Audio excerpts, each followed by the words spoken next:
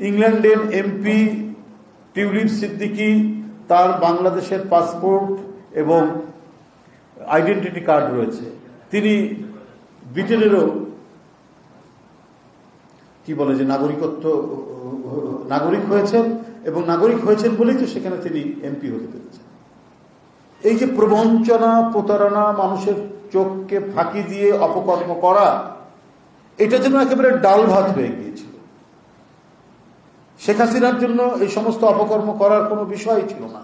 Extreme মশার coil plant fibre দিয়ে তৈরি, তাই সহজে ভাঙে না, সুগন্ধিযুক্ত ও নিরবিচ্ছিন্নভাবে জ্বলে। ডেঙ্গু, চিকুনগুনিয়া বাহি সহ যে কোনো মশার বিরুদ্ধে দেয় এক্সট্রিম সুরক্ষা। অবাধে তিনি করতে পারতেন। পূর্বাচলে প্লট ছেলের নামে, ভাগ্নির নামে, ভাগ্নার নামে, মেয়ের নামে, জামাইয়ের নামে, কেউ বাদ নেই। অথচ শেখ হাসিনার ঢাকা শহরে বাড়ি আছে।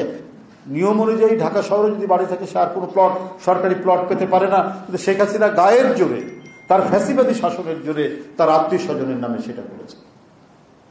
তো এই পরিস্থিতি তো আমরা দেখে এসেছি। সেখান থেকে মানুষ পরিত্রাণ চাচ্ছিল, এবং পরিত্রাণ চাচ্ছিল বলেই সেই শিশু, বাচ্চা, তরুণ, শিক্ষার্থীদের পাশে বাবা মা নেমে এসে যে বিপুল তরঙ্গ তৈরি করে শেখ হাসিনাকে পালাতে বাধ্য করে দেশের জনগণ, এর পরের সময়টা তো হবে অত্যন্ত শান্তিপূর্ণ, স্বস্তিদায়ক সময়।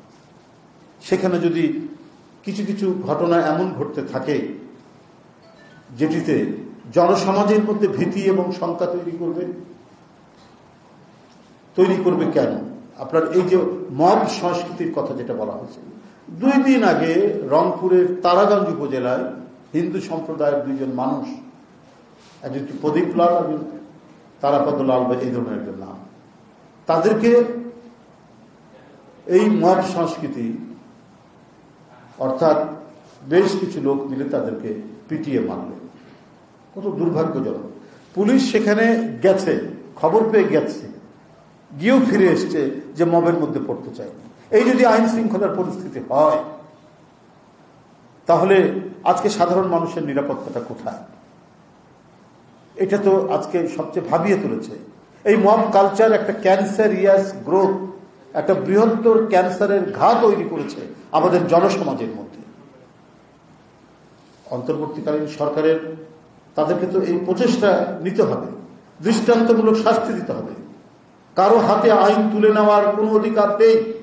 যে অধিকারটা শেখ হাসিনা দিয়েছিলেন তার র্যাবকে, তার পুলিশকে, তার আইন শৃঙ্খলা বাহিনীকে, তারা নির্বিচারে হত্যা করত, বিচার বহির্ভূত হত্যা করত, ক্রস ফায়ার দিত, অদৃশ্য করে দিত। এই কারণেই তো সারা জাতি ক্ষুব্ধ হয়েছিল। সারা জাতি ক্ষুব্ধ হয়ে শেখ হাসিনার বিরুদ্ধে একযোগে বাবা, মা, সন্তান সহ রাস্তায় নেমে এসে তাকে পতন ঘটিয়েছে। কিন্তু আবার কেন এই ধরনের পরিস্থিতি তৈরি হবে?